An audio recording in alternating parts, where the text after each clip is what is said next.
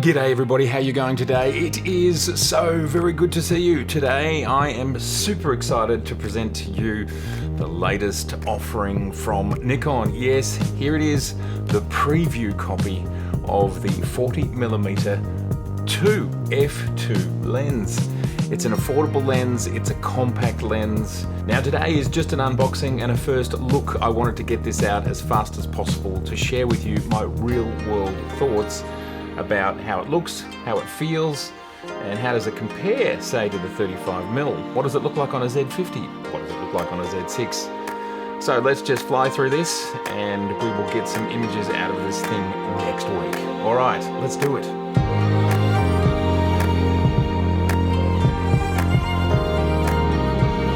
One of the smallest Zmount boxes so far, extraordinarily light.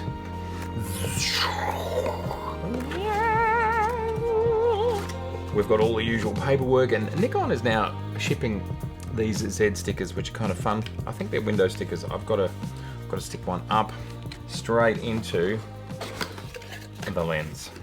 Now, one of the reasons I wanted to get this video out so quickly is because I know everybody's just absolutely hanging for Nikon news, announcements, developments, things happening. And I know this is not the 400mm, I know this is not the 100 to 400, but Nikon is still doing things, and yeah, I'm liking how that feels. That feels nice. Now, I know these are plastics, but it feels good. That feels good. Not cold. Ring. But yeah, that's small, isn't it? All right, let's start by throwing it on the Z7 here. And it is, I would say, the smallest, lightest full frame. Maybe the 28 is lighter. Well, that's interesting. We've got a glass element right there on the back. I don't know if you can see that. There you go. You can see it there. Glass element right there on the back. I just noticed as I was setting up for this shoot that the 50mm 1.2 has the same thing there. If anybody's got any thoughts as to why Nikon are doing that, I would love to know your thoughts. What is that glass element all about? Now there also we can see the plastic mount that some people have been worried about. I'm personally not worried about it. I think based on the use case that this sort of lens is going to have and the fact that really plastic, what does it mean these days? It could be any sort of composite. And look how long this lens is. There's not going to be a lot of stress on it, that's for sure. All right, let's mount it. So I think that looks really nice on the front of the Z7, very similar to Z6. There we have the 35mm 1.8 S lens. So as we can see, it is significantly smaller. Like the 28mm, it has a pretty small front lens element, and that's something to do with the optical design. I'm not a lens designer. We can see the aperture actually. There it is there. Let's just capture that. That's it. There it is. Cute. At the front. I think that's a good looking lens, and I like the way it looks on the front of my Z7 there. Here I'm about 1 foot from my microphone. Well, there is a slight amount of noise, but I don't know whether the microphone will pick it up. Plenty fast. That's totally fast enough.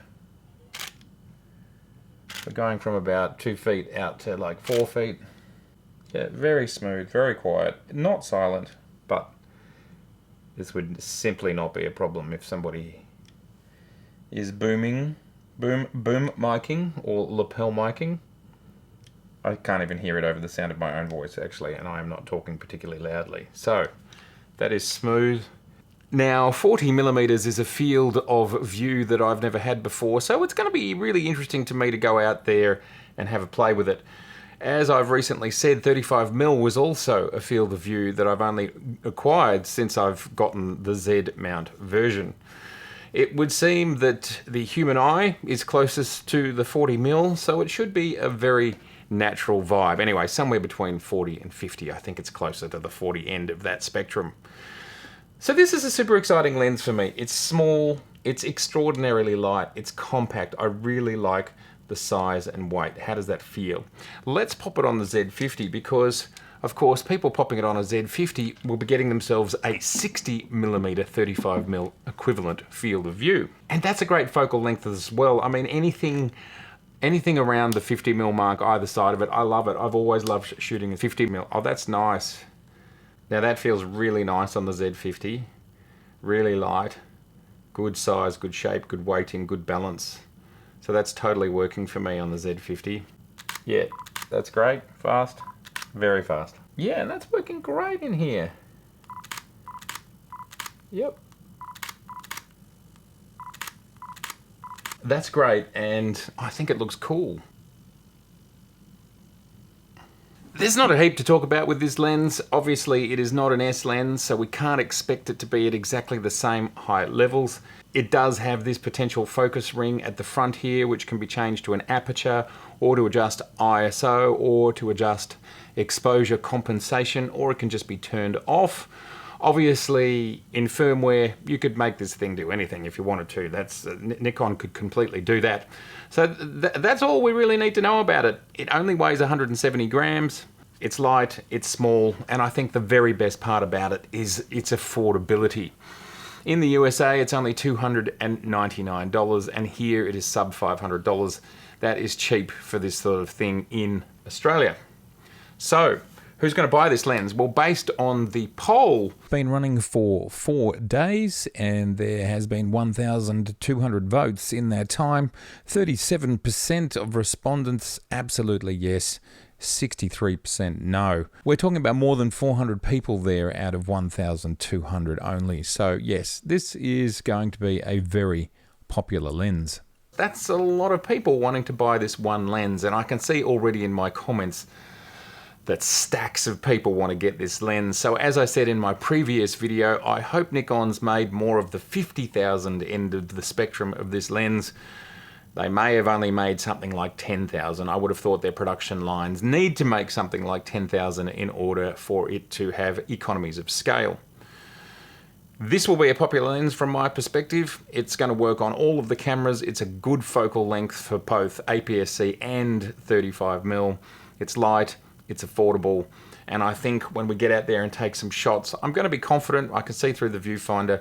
It's not going to be as good. It just shouldn't be as good as the 35mm or the 50mm 1.8S lenses. It shouldn't be, but I definitely think it's going to be better than the old F-mount lenses. Choose whichever one you want.